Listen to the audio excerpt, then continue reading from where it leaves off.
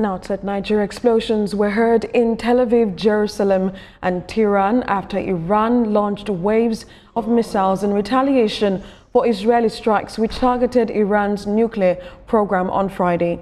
The IDF says it is still striking Iran and still has hit more than 150 targets in the last 24 hours, including a nuclear site in Isfahan. We have details in this report.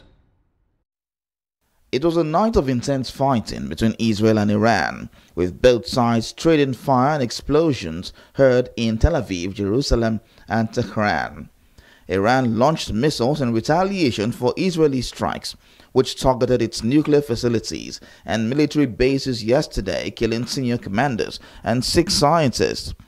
Ballistic missiles hit parts of Israel overnight, with a number of alerts issued for the people to take shelter. That was after Iran activated its air defense system. Israeli officials and local media say 3 people were killed and dozens injured. But I can tell you that there's been numerous buildings that were impacted, mainly residential buildings. Iran's representative to the United Nations says 78 people were killed yesterday by Israeli strikes and at least 320 injured, with the majority being civilians. In a BBC interview, the former head of Israel's security agency, Shin Bet, and commander-in-chief of the Israeli Navy, Ami Ayalon, said Israel sees the strikes against Iran as a war of defense. He added that most Israelis see Iran as major existential threat, emphasizing, and Iran is very close to reaching a military nuclear capability. For him, this is the right time for Israel to strike Iran.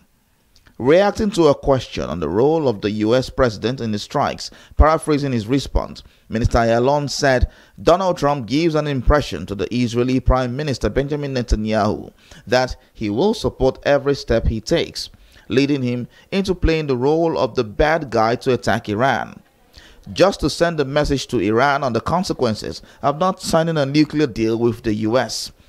But the U.S. Secretary of State, Marco Rubio, has denied any U.S. involvement in the attack, adding that Israel told Washington that it believes the strikes were necessary for its self-defense.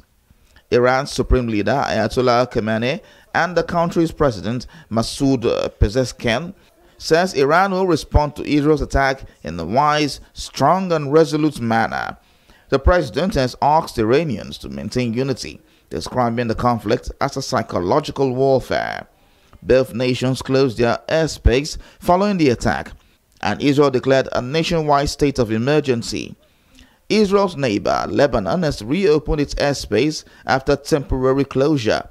The government says was necessary for security reasons.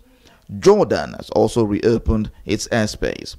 Iranian state media says no flight will operate in the country until further notice.